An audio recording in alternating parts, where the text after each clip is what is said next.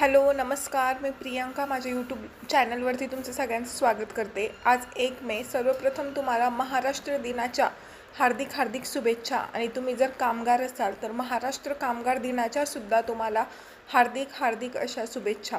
आज महाराष्ट्र दिन आहे। 1 मे 1960 रोजी महाराष्ट्र राज्याची निर्मिती झाली होती आणि तिथूनच आपण आपला हा एकदम आपला जो महाराष्ट्राबद्दलचं प्रेम आहे किंवा आपल्या स्वतंत्र महाराष्ट्र राज्याची निर्मिती तेव्हा झाली होती। महाराष्ट्राने आपल्याला नेहमीच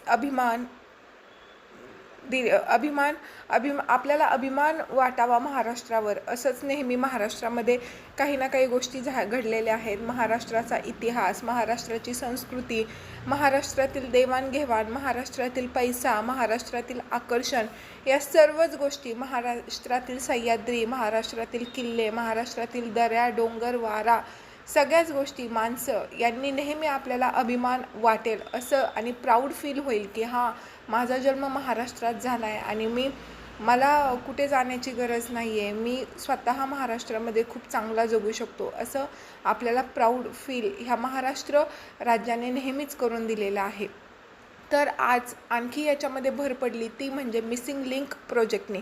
आता हा जो मिसिंग लिंक प्रोजेक्ट आहे तो खरंच महाराष्ट्राचा खूप महत्त्वाकांक्षी असा प्रोजेक्ट होता। आशिया खंडातील सर्वात रुंद पुलांपैकी एक पूल अशी ह्या प्रोजेक्टची किंवा अशी ह्या मिसिंग लिंक प्रोजेक्टची ओळख ग्रीनीज बुक ऑफ द रेकॉर्डमध्ये झालेली आहे।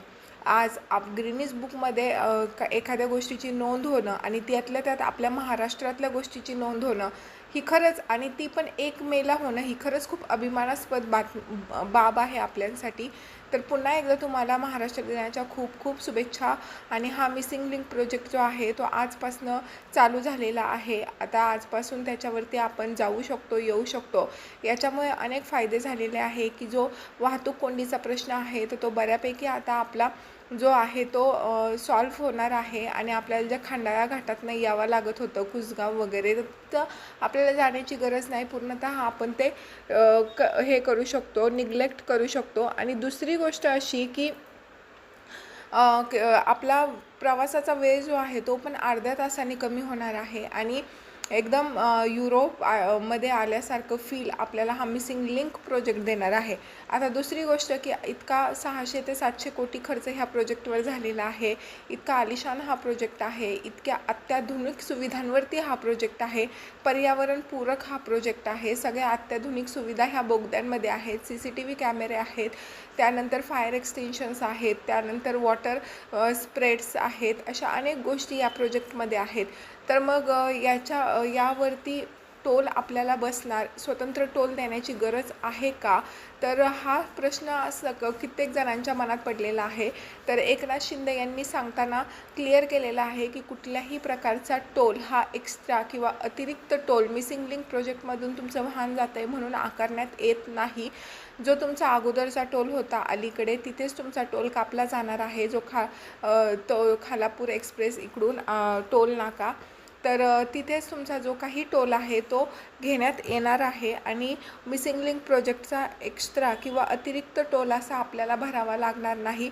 त्यामुळे भारतातलंच काही जगातील सर्वात रुंद पूल हा आपल्या महाराष्ट्रामध्ये असणार आहे। मुंबई पुणे एक्सप्रेसवेवरती जो काही वाहतुकीचा प्रश्न आपल्याला नेहमीच पडत असतो, तर तो प्रश्न आता इथे कुठेतरी आपल्याला कमी होताना दिसणार आहे आणि पुन्हा एकदा आपल्याला महाराष्ट्रावर प्राऊड फील करावं अशी गोष्ट ही झालेली आहे। खरं तर आपण विकास बघितला तर महाराष्ट्राचा बऱ्यापैकी विकास झालेला आहे। आज 1 मे आहे आणि त्याच्यावरती थोडंसं बोलावं वाटलं म्हणून बोलते।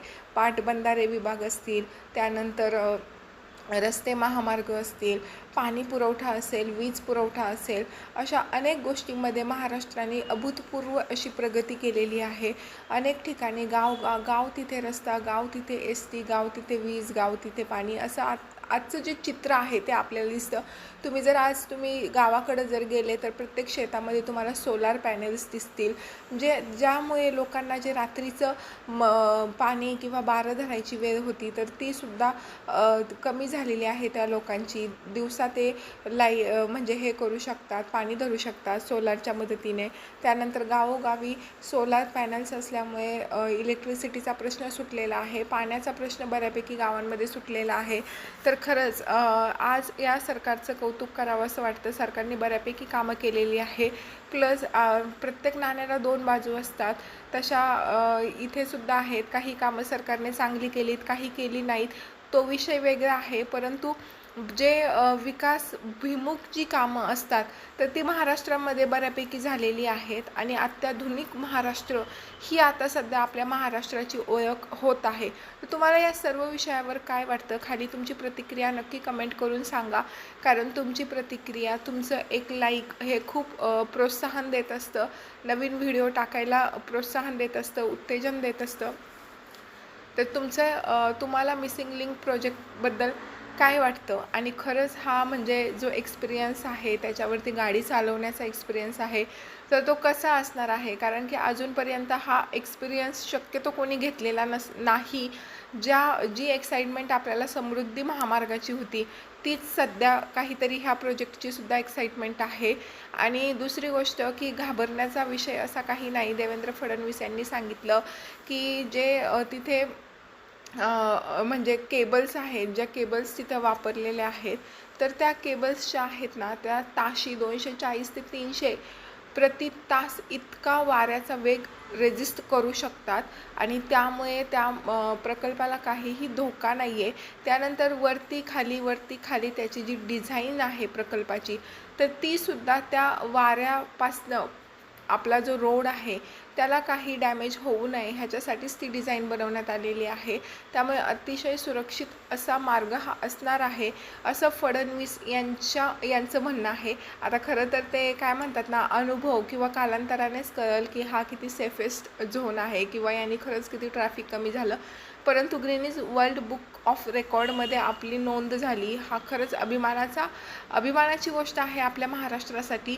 बाकी व्हिडिओ कसा वाटला खाली मला नक्की कमेंट करून सांगा आणि माझे व्हिडिओ कसे वाटतात ते सुद्धा सांगा. मिसिंग लिंकबद्दल तुमचं काय म्हणणं आहे, मत आहे ते सुद्धा सांगा.